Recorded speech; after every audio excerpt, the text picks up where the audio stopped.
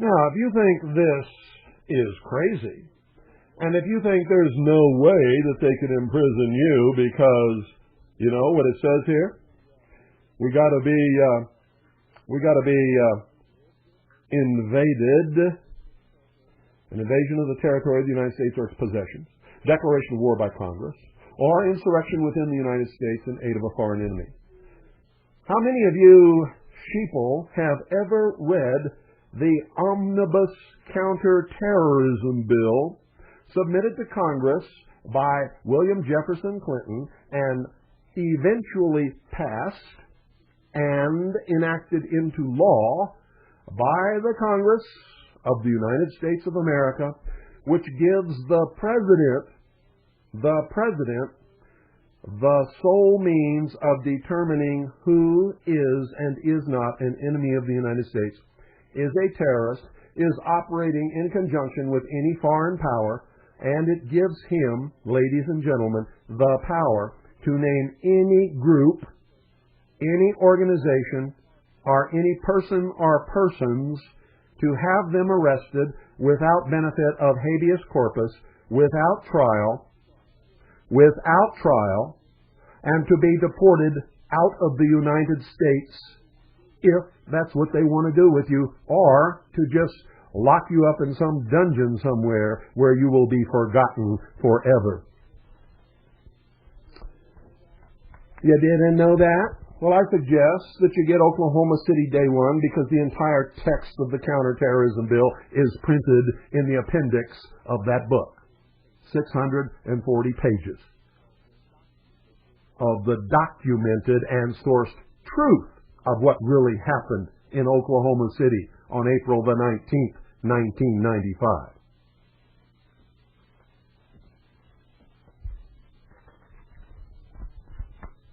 Oh, well, I'm not going to read it because the law is too hard to understand.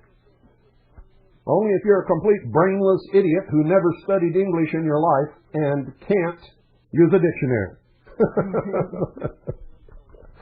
And my little 8-year-old daughter can do all of those things. So, how about that? How about that, folks? The law goes on to outline a course of action for the arrested individual that, in general, is at odds with normal judicial procedure. Oh, really? Is that a surprise? He first would be given a hearing without right of bail before a preliminary hearing officer whose decision could then be appealed to a detention review board. At no time, though, is the Attorney General required to furnish information, the revelation of which would disclose the identity or evidence of government agents or officers which he believes it would be dangerous to national safety and security to divulge. Shades of Adolf Hitler, my goodness. In other words, the government can decline to present any evidence whatsoever, in effect transforming the traditional presumption of innocence into a presumption of guilt. The burden of disproof is on the prisoner. These same ground rules apply to any later review of the case by the United States Court of Appeals. The McCarran Act was passed overwhelmingly by frightened liberals and conservatives alike in both the House and Senate, vetoed by President Truman, then passed again over his veto. Though it was approved with the rest of the act, the Title II amendment was blasted by Senator Pat McCarran himself as a concentration camp measure pure and simple. Senator Carl Munt tagged it a program for establishing concentration camps into which people might be put without benefit of trial, but merely by executive fiat, simply by an assumptive mind that an individual might be thinking about engaging in espionage or sabotage, might be thinking, an assumption that an individual might be thinking about engaging in espionage and sabotage. You see, ladies and gentlemen, this is what I've been telling you for years. Quit this Republican, Democrat, all of this other baloney joke. You're either for freedom or you're not. If you're for big brother government and more laws and more welfare and more this and more regulation and more licenses, you are not an American. If you are for freedom, if you are for the disclosure of all of these secret things like this, if you are for the protection of the rights of the individual, if you are for the Constitution for the United States of America, welcome aboard. If you're not, you're an enemy of the Republic. I don't care what you call yourself.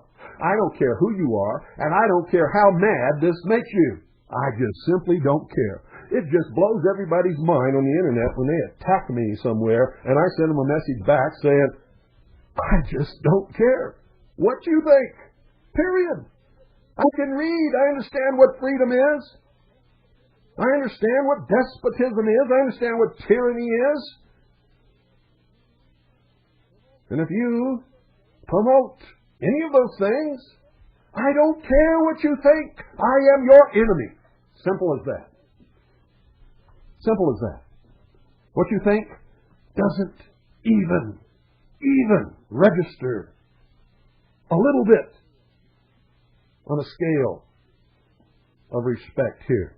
I've been all over the world as a boy and as a man. I fought a war. I've seen what despotism is. I've seen what tyranny is. I've seen what freedom is, what it can be, and how it's being taken away. And I see how most of the American people are fooled into thinking that tyranny is freedom. It's not. It's not.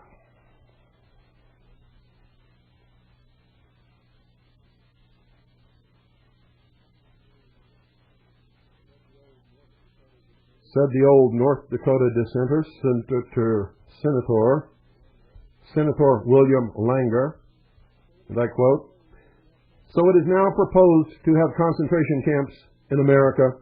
We can be absolutely certain that the concentration camps are for only one purpose, namely to put in them the kind of people those in authority do not like," end quote.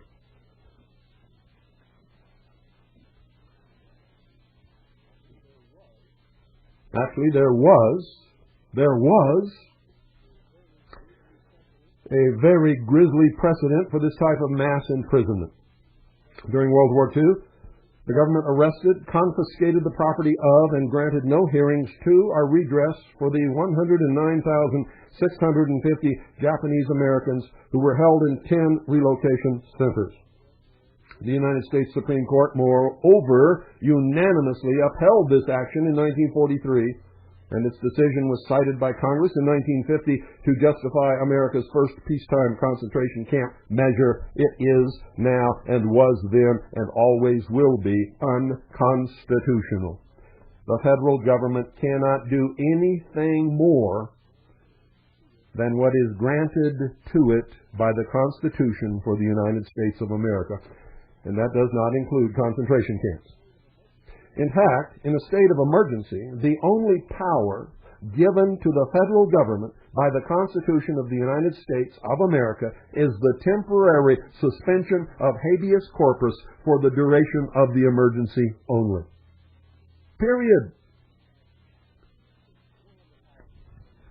They don't have the power to suspend the Constitution.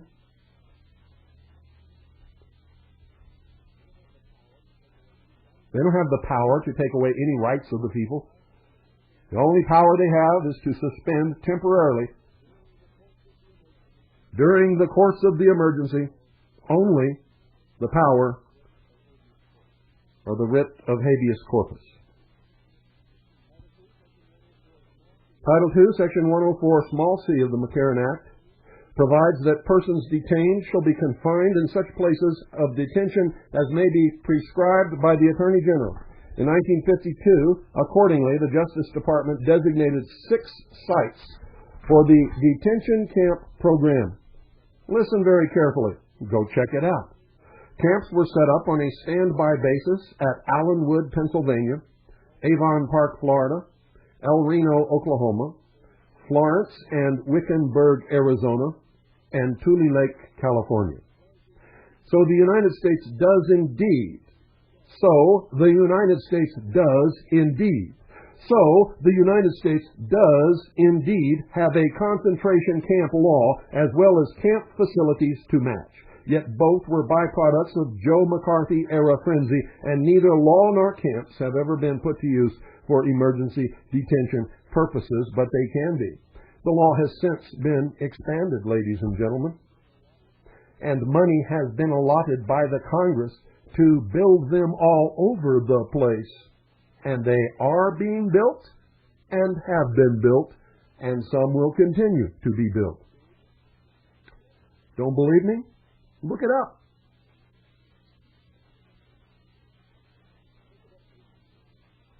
Look it up, ladies and gentlemen. What do you think about that? Did that get your blood boiling? Well, it should. I mean, you should be hot about this. And stop pointing, over there and saying, it's those right-wing militia fanatics. That's it. I just read it to you, folks. It's those left-wing, wacko, non-religious fanatics.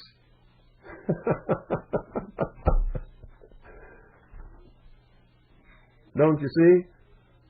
Ladies and gentlemen, either you're for freedom or you're not.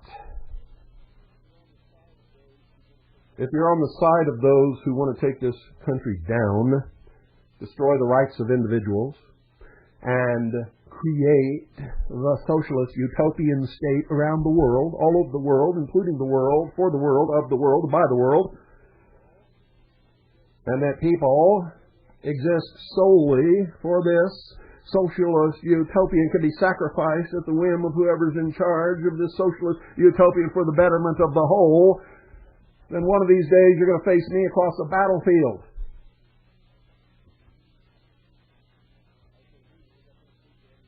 I say me because I can't speak for everyone else, although I know for a fact that I won't be the only one there on my side. And when it happens, we're going to be very angry. You're not going to want to face us. Because you see, we will be willing to die for what we believe in, and I guarantee that none of you socialist, wimp, puke-faced, hog followers of Hitler are going to get all emotional about the United Nations flag. You see, we'll die for Old Glory. You haven't got the guts to die for the UN. That's a fact. You don't have it. It ain't there. You don't even know what it is, except it sounds all touchy-feeling and all the world's problems will be solved. Not as long as human beings live on this earth, they won't. See, the only way you're going to overcome the inherent fallibility of man is to imprison every single man and woman on the face of this earth in some kind of enslavement where they're watched and monitored and followed, and their thoughts are controlled, and their speech is controlled every moment of every day, of every week, of every month, of every year of their life until they die. Because human beings are tempted. Human beings are inherently flawed. The man who called the broadcast last week and talked about how religion destroyed the goodness of man didn't understand himself, much less any of the rest of humanity.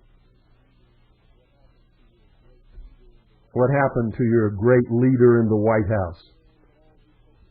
The great man that all you socialists just loved so much, that was doing such great things for the country, that was the best president that has ever come along, that always told the truth and was leading your fight with banner held on high. Tell me again about the goodness of man. Tell me again that you were never tempted by a beautiful woman. Tell me again that you never told a lie, or that you never stole anything in your life. Tell me those things standing right in front of me. I'll look you right in the eye and I'll call you a liar to your face. To your face.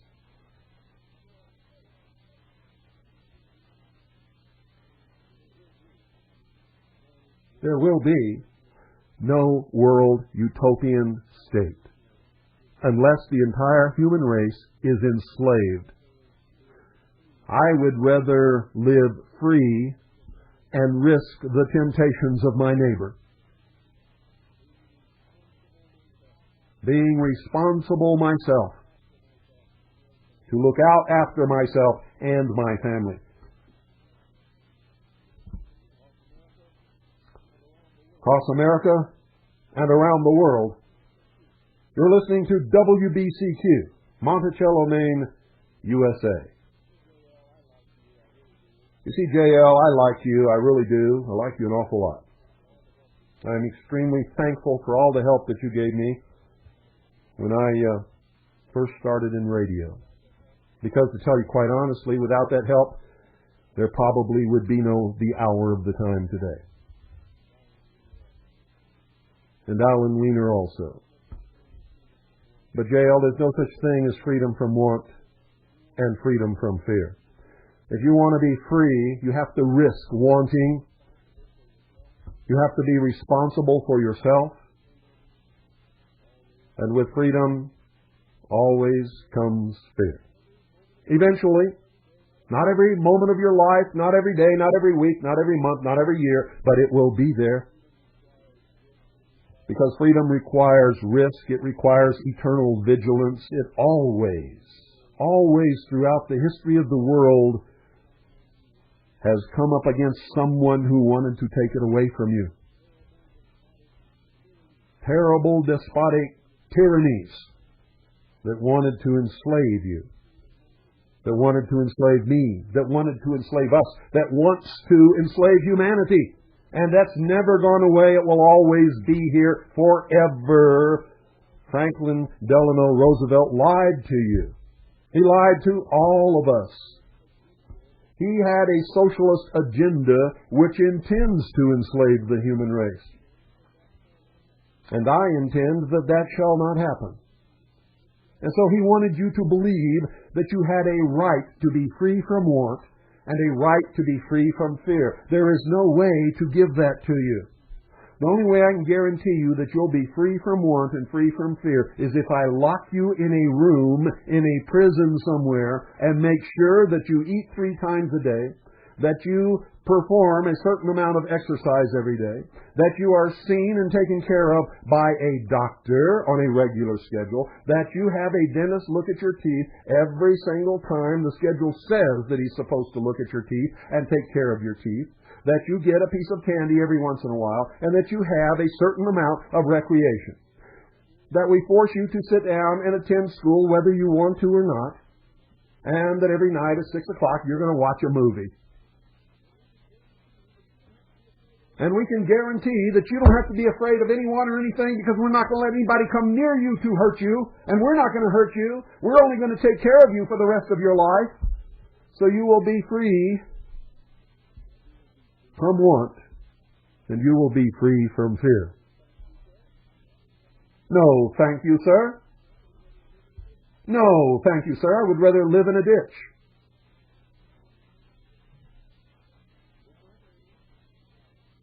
With my family, eating grass as free people,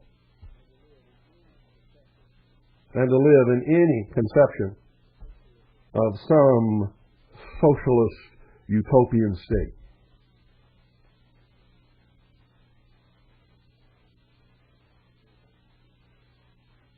No, thank you, sir.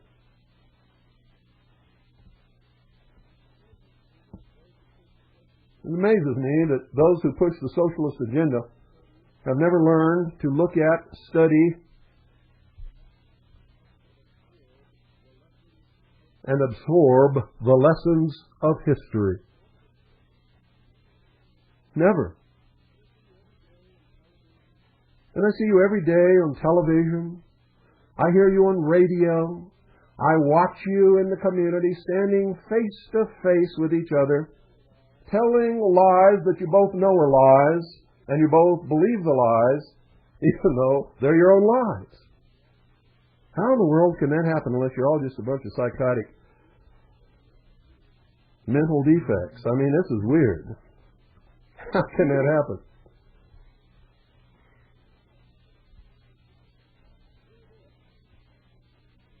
Hey, Doyle. Tomorrow morning when we get up, will you remind me to give you $1 million? I'm going to give you $1 million tomorrow morning and take care of you. And by the way, I'm going to wash your clothes. Oh.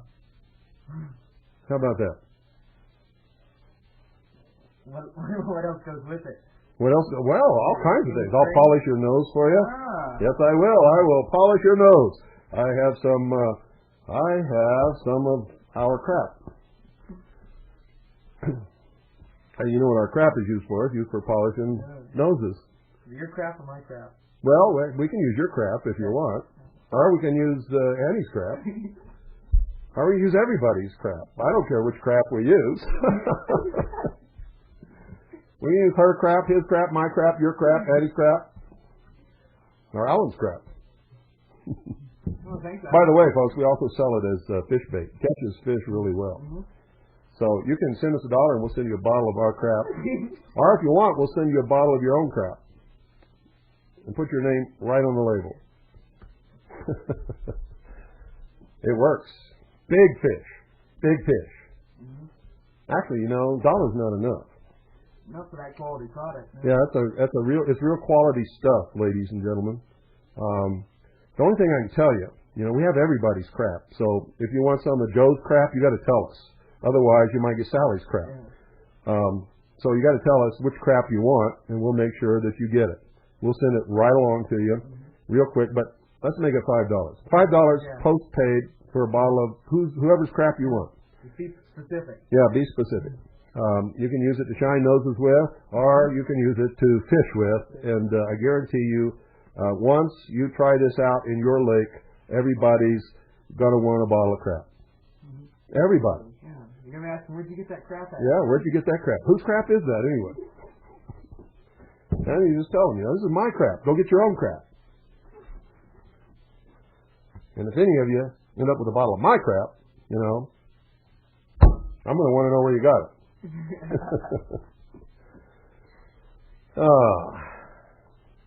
Tule Lake, California. Tule Lake, California, yeah. Mm. This is a long article. I mean, it goes on and on and on and on and on. It's a long article, ladies and gentlemen. It documents it all. And it's not a right-wing militia conspiracy. It's a left-wing. No self-defense. No protection. No God conspiracy. That's what it is. You don't believe me? Get it for yourself. Let's give it to them again. Yeah. Give it to them again. Look magazine, May 28th, 1968. Look magazine, May 28th, 1968. I can take them right to Tule Lake. Yeah. And it's right there. Allentown, Pennsylvania. It's right there. I have photographs of it. Photographs of it today in excellent condition, ready to be used at a moment's notice. Right there, waiting for you. Oh, this is incredible, absolutely incredible. You will never know how incredible it is until you just get up on your incredible stool and look over the incredible fence out over the incredible horizon and see those incredible camps. You ever seen that fish that can walk out of the water, bury himself in the mud, look at you with those big eyes? And have some catfish. They call them mud something. I don't know what they are. Mud crawlers. Mud crawlers. Wow. Incredible. You never think there could be any such thing, but there is. Yeah. Just crawl right up out of the water, dig themselves down in the mud. And it's got these big eyes that stick out and look at you. Mm-hmm. Just look at you. You walk close and they'll spit at you. Spit water and mud at you. Water? Yep. Oh boy. Well, I hated to do that to all you socialists out there, But it's true, Who killed Kennedy? Yeah. Who killed Kennedy? It's the right wing. The right wing, right? It was who? Those right wing guys, right? Right wing guys. Yeah, the right wing killed Kennedy so they could put the socialist Lyndon Baines Johnson in the White House. Yeah, And if you buy that, I'll sell you another jar of my crap. Only this time it'll cost you $10. Can you believe this? It was a right-wing conspiracy to kill John F. Kennedy so that the right wing could get Lyndon Baines Johnson into the White House. One of the biggest socialists who's ever lived upon the face of this earth. Almost destroyed the state of Texas with socialization, social engineering, welfare this, welfare that. Give them this, give them that. And, of course, tax everybody. And, who was it that wanted to repress all the protesters? And it was Lyndon Baines Johnson. Who was it? Lyndon Baines Johnson. What was Lyndon Baines Johnson? Lyndon Baines Johnson was a socialist. So it makes sense that it was the right wing that killed John F. Kennedy to get Lyndon Baines Johnson in the White House so he could pick that dog up by his ears. It had to be. It couldn't be any other answer, ladies and gentlemen. Oh, man. I mean, we could just have fun with this forever. The socialists are so deep in lies, ladies and gentlemen, that we could have the most popular television show in the world, better than Saturday Night Live, better than Comic Relief, better than all of that stuff. Just doing what we're doing tonight, exposing socialist lies. You hear that? Yeah, that's nice music. I love it going. Well, I'll just turn it off. You see, ladies and gentlemen, what you're doing to yourselves, you are weakening your position by sticking to socialist dogma lies because they are so easily exposed. Hitler was a socialist. Hitler invented the big lie. Hitler was left-wing. The battle in Germany in the 30s for control over Germany was not between the right and the left. It was between two factions on the left, communism and socialism. They were the only ones who had any power, any strength. Socialism won. Communism lost. Hitler apparently didn't know that the ultimate goal of socialism, as espoused by Karl Marx and D.I. Lenin, is communism. That if he had won control over the known world at the end of World War II, Nazi Germany would have evolved into communism. Over maybe a long period of time, but it would have happened because that is the ultimate goal of socialism.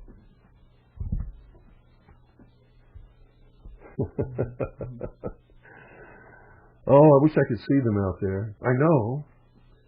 And I get all these emails. I'm never listening to your broadcast. I never listen to your broadcast. I used to listen to your broadcast. I don't listen to it anymore. You know why I get those emails? Because they are listening to my broadcast. And when they hear this stuff, it makes them so angry they have to strike out. And the only thing they can do is send me an email dripping with venom. I love it. I love it. And usually they CC a whole bunch of people or post it to a news group, which gives me an opportunity to add down at the bottom. If you really believe this socialist drivel in this post, tune in to the hour of the time on 7.415 megahertz, worldwide shortwave radio, WBCQ, and I build my audience to an unbelievable number just like before. They all listen. Every night they can't help themselves. And you watch, I'll get some posts tomorrow saying, despite what you said last night, I never listened to your show. I never have listened to your show, and I'm never going to listen to your show. And just like this morning, you're going to hear me over there chuckling behind the computer monitor. It's so much fun, ladies and gentlemen. I don't know why Rush Limbaugh insists upon being such a bore when he could have so much fun telling the truth. But then if he told the truth, he would have a micro power or a low power FM broadcasting station in his neighborhood like I do. And he might be on a shortwave station worldwide if he could afford the airtime. And he wouldn't have that big Excellence in Broadcasting Network. Nope. They'd kick him off the air so fast, ladies and gentlemen, you never would remember that he was even there. That's why he doesn't tell you the truth. He said it many times. He said he tried it once when he was on the air in Sacramento, and it hurt his ratings. And you know what else he said, ladies and gentlemen? For those of you who call yourselves ditto heads, what an insult. How could anybody insult themselves so badly by calling themselves a ditto? Can you imagine that? I'm a drone. Here's what he said, folks. He said, this show is for entertainment. I do this for entertainment. I enjoy doing this. It's fun. If I got up here and told you all the stuff that I used to say in Sacramento on the radio, then I wouldn't be making millions of dollars, and I wouldn't have this big Excellence in Broadcasting network.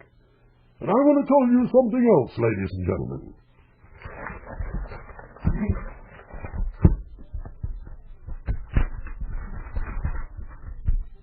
If I thought for one moment that I could go on the radio tomorrow espousing the liberal point of view and get more ratings, bigger ratings, and make more money, I would do it.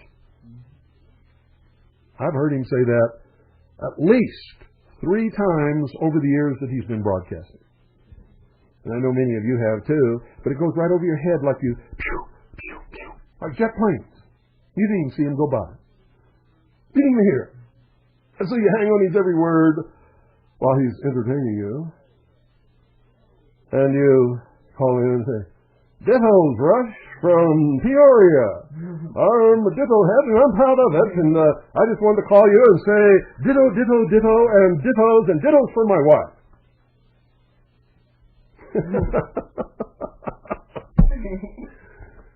Thank you, Ella. I'm waiting for somebody to call Art Bell and say, Cowabunga, Art. Cowabunga from Peoria. And my wife sends Cowabunga, too. And moo moo ha ha, and here's the alien sign. UFO ring. I'm a Cowabunga head, and I'm proud of it.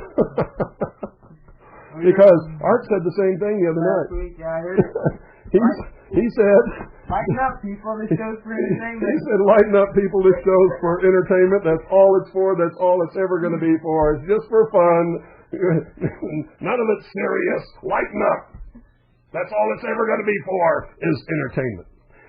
So now that Art Bell has told the truth about his show, I can't get upset with it because I can't get upset with someone who tells the truth. So if you all take him seriously from now on, you're crazy.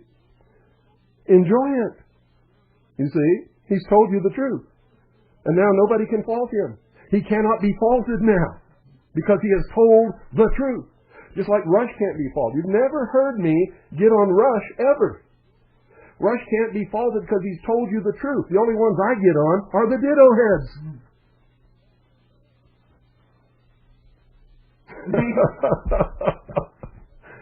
Absolutely amazing. We're coming up here at the hour and a half mark in about 5 minutes. And at that time, we're going to take 101.1 FM off the air. And we're going to do about 30 minutes of commercials, and then we'll open the phone, and you guys can have fun with us tonight, too. If you want to. We are going to have fun tonight. Oh, yes. And, folks, you know, I didn't used to listen to radio much at all for a long time. I'm starting to listen again. And the reason I'm listening again is to find out who is filling your head with what and what the agenda is. But most of all, how you are receiving it and whether or not you are falling into it, rather than working for freedom for all people of all religions, all the time, always, as real Americans. That's what interests me, and that's why I listen to radio. Now, in fact, Doyle and I have been listening to a lot of radio recently.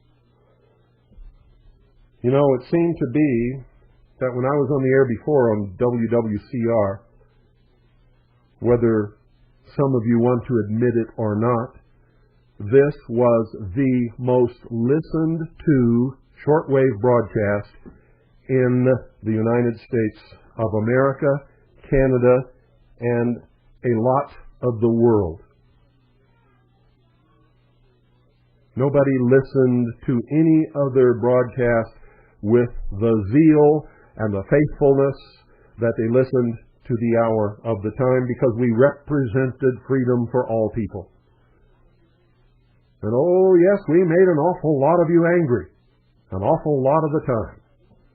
And we did it to wake you up, because we knew that if we made you angry enough, you'd set out to try to prove us wrong, and you would find out that we were right, at least in some of the things that you took enough time to go and research, that you would, in fact, begin to fight on our side for freedom. Whether you believed in or agreed with everything that we said or not, we never cared about that. We cared about getting you moving, getting you thinking, getting you to stop believing what everybody was telling you and start to conduct at least some research, to at least ask some questions. And you did. Yes, my dear. Hello. Can you have candy? Did you have some dinner?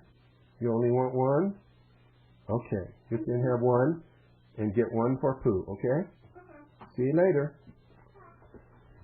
That was Allison. She wanted one candy. And so she's getting one candy. That's how we do it in our house. You may do it any way you wish in your house with your children. Freedom. That's what we believe in. We do not believe in, nor do we condone anyone who is out to serve an agenda that restricts any of the freedom of others. No matter how benevolent you may make it sound, you will find an enemy here behind this microphone, always. If you are for freedom, for all people, all religions, all races, everywhere in the world, you will find an ally here. You will find support here. You will find sustenance here. And you will find truth here.